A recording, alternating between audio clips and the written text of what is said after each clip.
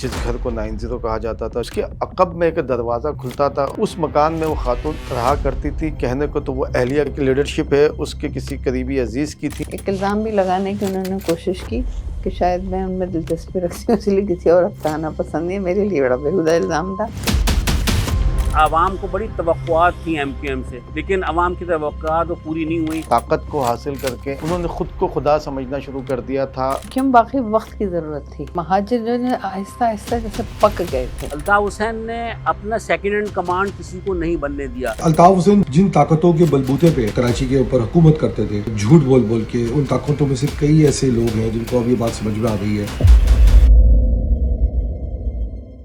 सियासत का मैदान एक ऐसा स्टेज बन चुका है जहां वही कामयाब होता है जो भांत भांत के किरदार में खुद को ढाल सके और देखने वालों को अपना दीवाना बना सके। उन सियासतदानों में एक नाम वो भी है जिसने अपने चाहने वालों को कभी रुलाया तो कभी हंसाया, कभी वफादारों का मुंह चूमा तो कभी उन्हें भरी महफिल में सबके सामने जूते लगवाए। पर इस तारों को उसका हर रूप इस कदर भाया कि उसे मंजिल से बढ़कर करार दिया गया। उसके नाम पर, उसके एक इशारे पर जान देने को तैयार हो गए। उसके हर हुक्म पर अमल करना उनके लिए फ़र्ज बन गया। और ये दिलचस्प शख्सियत कोई और नहीं, ये हैं MQM के बानी अल्ताफ़ हुसैन, जिनकी अगर सारी परफॉर्मेंसेस को जमा किया जाए तो यकीनन सियासत की कैटेगरी में बेहतरीन फनकार के ऑस्कर अवार्ड के हकदार वही ठहरेंगे। अरे वो हॉलीवुड में क्या देते रहे एक्टर लोगों को? Oscar award? अब फोन लगा सालों को, परफॉर्मेंस देख तो मेरी अभी। बुरके में रह तो बुरका ना उठाओ। एक पप्पी इधर, एक पप्पी इधर। आप भी प्यार करते हैं अल्ताफ भाई से? सदमा कैसे बर्दाश्त होगा? कैसे? हिम्मत से बहादुर इंसान है।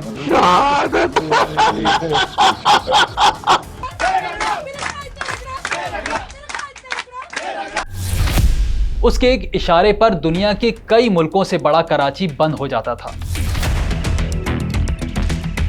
लाखों लोग उसे अपना निजात दहिंदा समझते थे।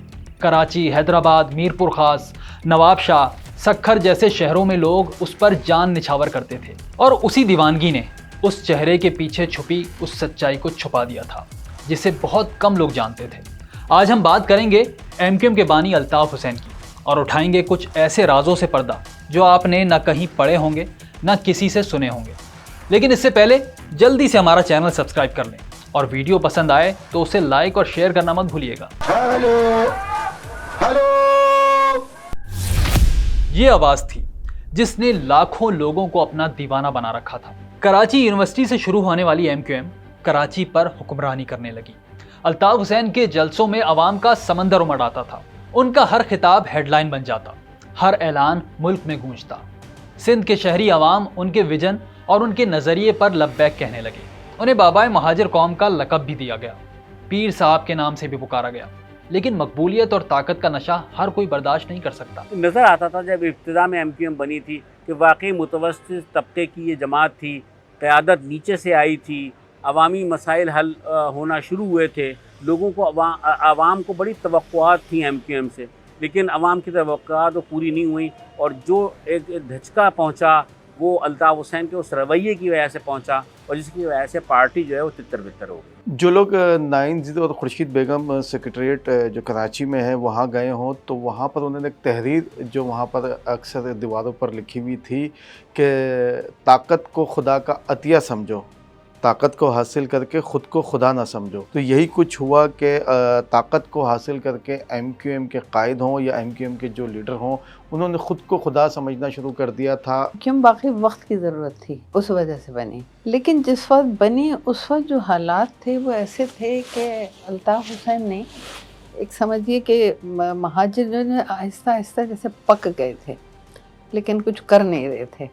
वही एक शराफत उनके अंदर महाजिरों वाली जो थी वो मौजूद उसी पे चल रहे थे। लेकिन इस नस्ल ने आके फिर सोचा तो अल्ताफ़ हुसैन नहीं, कोई भी इस घोड़े पे बैठ जाता ना, ये रफ्तार से घोड़ा दौड़ता। वैक्यूम था एक, अल्ताफ़ हुसैन ने उस वैक्यूम को ख़त्म किया, बल्कि उन्होंने काम भी किया, मेहनत भी की। लेकिन उसके बावजूद मेरे ख़्याल में बहुत ज़्यादा वो शोहरत को झेल नहीं पाए। उनमें से इंसान की पहचान आहिस्ता आहिस्ता कम होती चली गई। अल्ताफ़ हुसैन ने पाकिस्तान की सरजमीन पर सियासत सिर्फ 6 साल की। 1985 में अमेरिका से लौटे और 1991 में लंदन चले गए। उन 6 सालों में बहुत कुछ हुआ। MQM में बगावत हुई, हकीकी ग्रुप बना, मेजर कलीम केस बना। अल्ताफ़ हुसैन को 2 बार जेल की हवा भी खानी पड़ी। फिर वो बीमार होकर अब्बासी शहीद अस्पताल में लेट गए। वहाँ से टिकट कटाकर लंदन चले गए और आज तक नहीं आए। वहीं से बैठकर तंजीम को चलाया। 22 अक्टूबर 2016 की एक मुतनाज़ा तकरीर ने उन्हें अर्श से फर्श पर ला गिराया। इससे पहले सब कुछ ठीक चल रहा था। MQM के दीगर रहनुमाओं ने अल्ताफ़ हुसैन की गैर मौजूदगी में यहाँ उनकी रिट कायम रखी और उनका भरम भी बरकरार रखा। मैं आपको एक बात बताऊं कि इस तरह की तहरीकें जब शुरू होती हैं, जब कोई लीडर बनता है तो लीडर बनता है वो अपने करीब के लोगों से, जो उसके सही हमदर्द, सच्चे हमदर्द, चाहे वो अवाम हों, उनके अजीज़ हों, जो कोई हों, और वो वही लोग आहिस्ता आहिस्ता उस लीडर को भारते हैं इज़्ज़त और एहतराम के साथ। लेकिन जब वो थोड़ा ऊपर जाना शुरू होता है तो फिर और मज़ीद आना शुरू होते हैं। अब उसमें हर तरह के लोग होते हैं।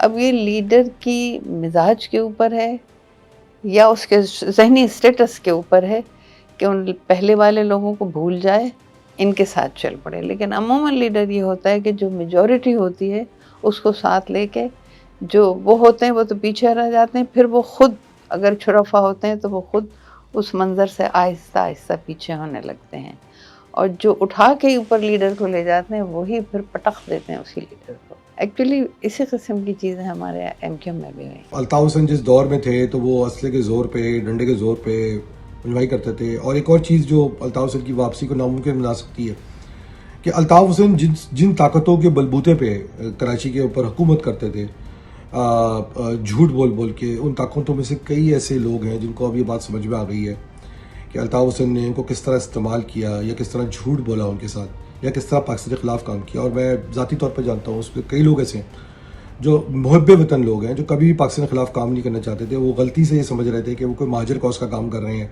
शहरी सिंध का काम कर रहे हैं। उसमें हम जैसे लोग भी एक ज़माने में शामिल थे। मगर जब हम आज देखते हैं कि अल्ताफ़ हुसैन ने शहरी सिंध के अलावा हर काम किया है, यानी पाकिस्तान के दुश्मनों से भी मदद ली, उनके साथ काम भी किया। हम देखते हैं बलोचों के खानो कलात के साथ तक बात की, सिद्धू देश के कायद बन गए। उसके अलावा जो है उन्होंने किस तरह पीपल्स पार्टी के साथ अपने मसाइल बना के रखे।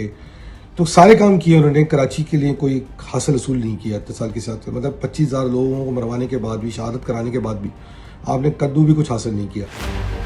MQM की ज़बरदस्त मकबूलियत के बावजूद अल्ताफ़ हुसैन ने कभी इलेक्शन नहीं लड़ा, कभी कोई हुकूमती ओहदा नहीं लिया, और ये बात उनके हामी बड़े फ़ख्र से बताते हैं। हालांकि इससे मसाइल हल नहीं होते, बल्कि ये तो खुद एक मसला है। भाई एक शख्स ना खुद MNA रहा, ना MPA, ना आइनी जिम्मेदारियों का पता हो, ना पार्लिमानी उमूर से वाकफियत, इसे भला हुकूमती उमूर और उसकी पेचीदगियों का क्या अंदाज़ा होगा। यही वजह थी कि वो जब चाहते किसी हुकूमत का हिस्सा बन जाते और जब चाहते नाराज़ होकर अलग हो जाते, और वो ये सब कुछ अपनी सियासी ताकत के बलबूते पर करते थे। और फिर इसी सियासी ताकत ने उन्हें आउट ऑफ कंट्रोल कर दिया।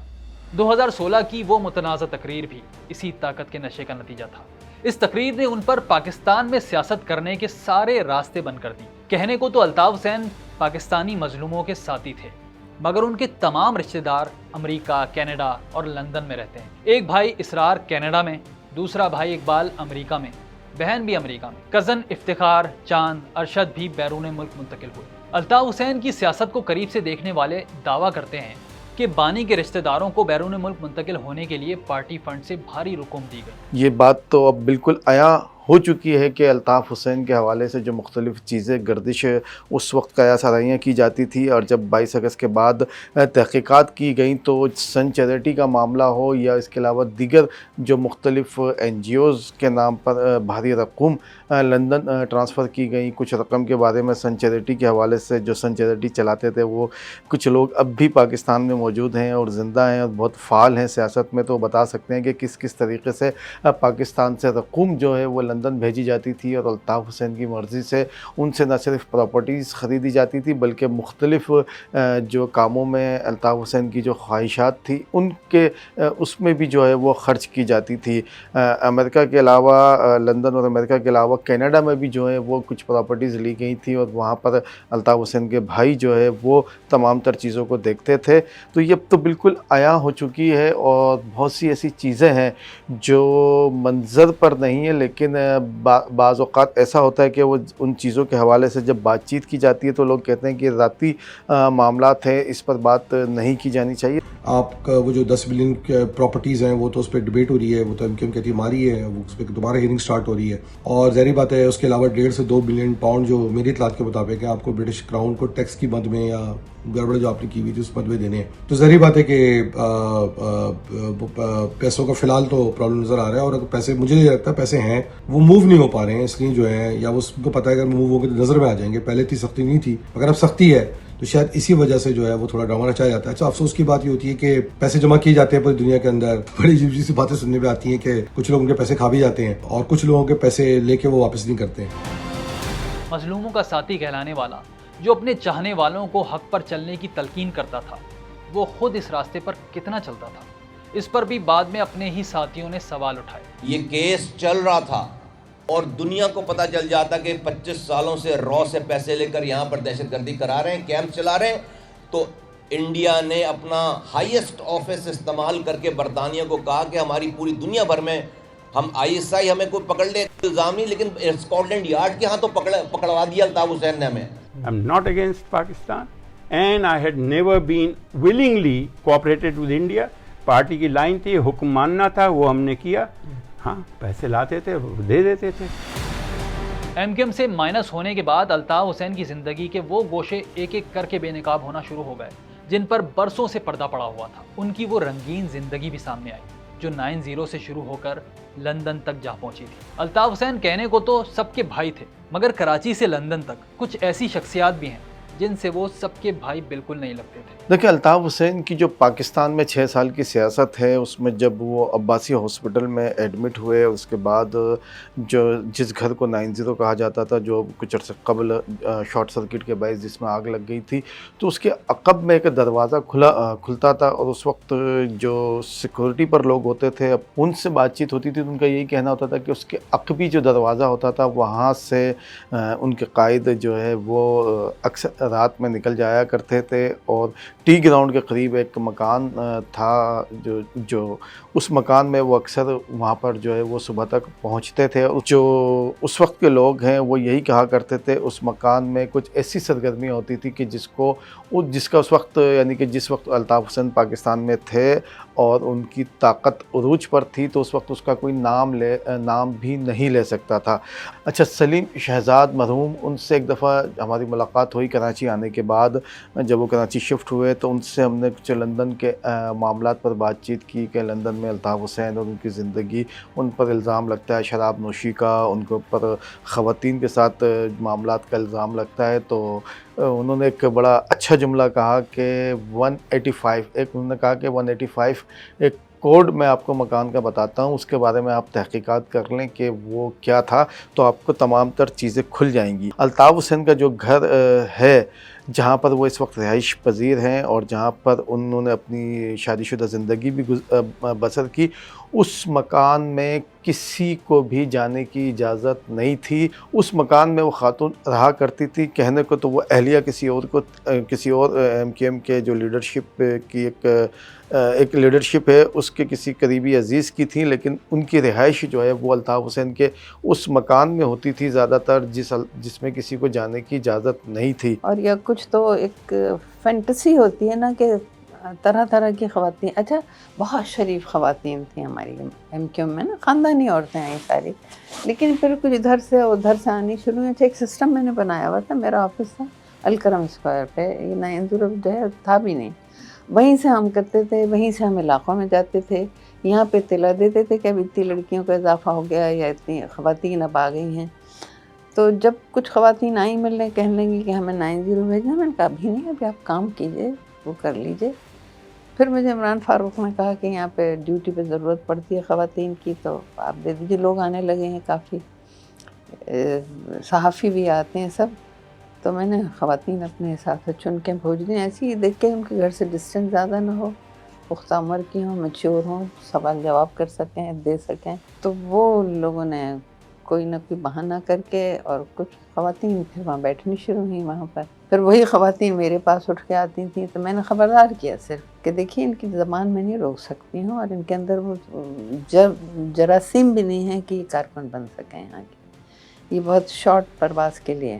ڈاکٹر صاحب کو بھی بتایا، ان لوگوں کو بھی بتایا، لیکن ایک الزام بھی لگانے کی انہوں نے کوشش کی کہ شاید میں ان میں دلچسپی رکھتی ہوں، اس لیے کسی عورت کا آنا پسند نہیں ہے. میرے لیے بڑا بیہودہ الزام تھا. بہت اچھے گھروں کی میں نے خواتین جمع کی اور ایک اسٹیٹس بنایا اس کا.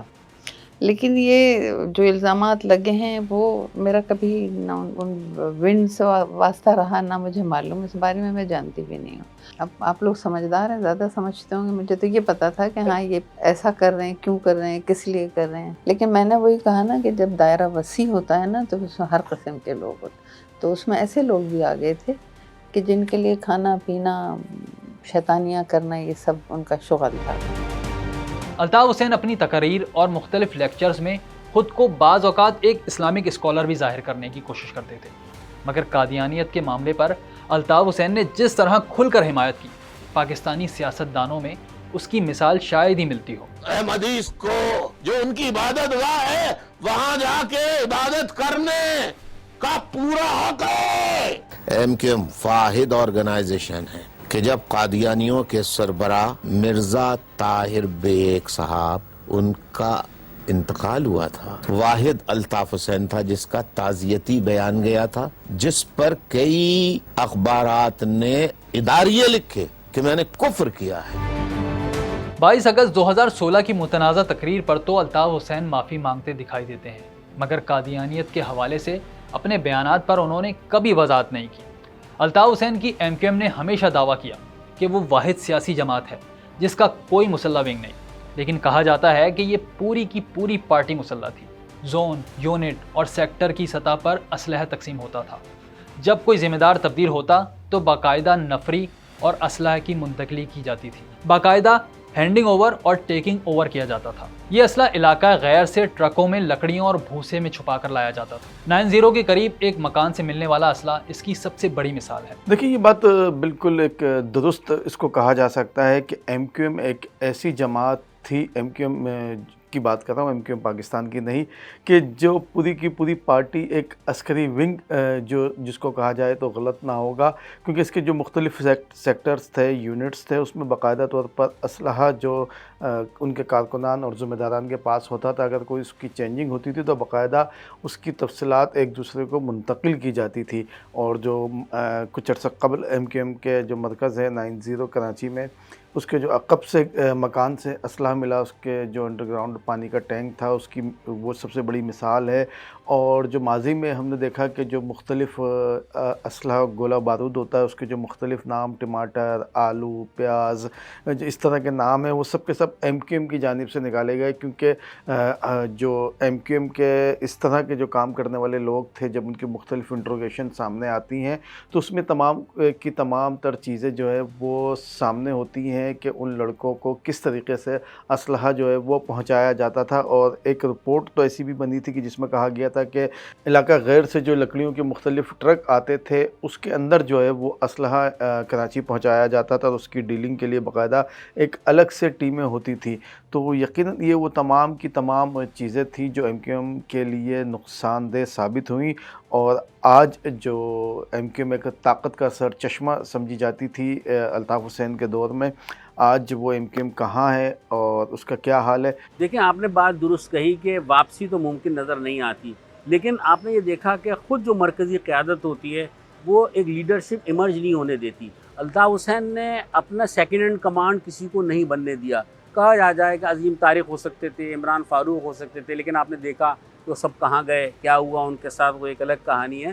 لیکن خود لیڈرشپ جو ہوتی ہے، جو پارٹی بناتے ہیں، وہ کسی کو یہ نہیں چاہتے کہ وہ آگے آئے یا اسی پارٹی میں سے قیادت ایمرج ہو کر سامنے آئے. الطاف حسین کی پاکستان کی سیاست میں واپسی کا خواب دیکھنے والے یقیناً اس ڈاکومنٹری پر ناراض ہوں گے، مگر یہ بات اب ان کے ساتھی بھی کہتے ہیں کہ ان کی شخصیت ویسی نہیں تھی جیسی دکھائی اور سمجھی جاتی تھی۔ آج بھی کچھ لوگ انہیں حقوق کی جدوجہد کی علامت اور نجات دہندہ سمجھتے ہیں، مگر اب جو ان کے مخالف ہو چکے ہیں وہ انہیں حق پرستی کے لبادے میں چھپا ایک دوہرا شخص اور کراچی کے مسائل کا اصل ذمہ دار قرار دیتے ہیں۔ یہاں سوال الطاف حسین کے ان ساتھیوں پر اٹھتے ہیں جو اب الطاف حسین کے منفی قصے سنا کر توجہ حاصل کرتے ہیں۔ ان میں یہ ظرف پہلے کیوں نہ آیا جب الطاف حسین کو سیاست کا ہیرو سمجھا جاتا تھا؟ الطاف حسین پر پاکستان میں سیاست کے دروازے بند ہیں، تو کیا اب بھی کوئی راستہ ہے جہاں سے وہ واپس آ سکتے ہیں؟ ہمیں کامنٹ کر کے ضرور بتائیے۔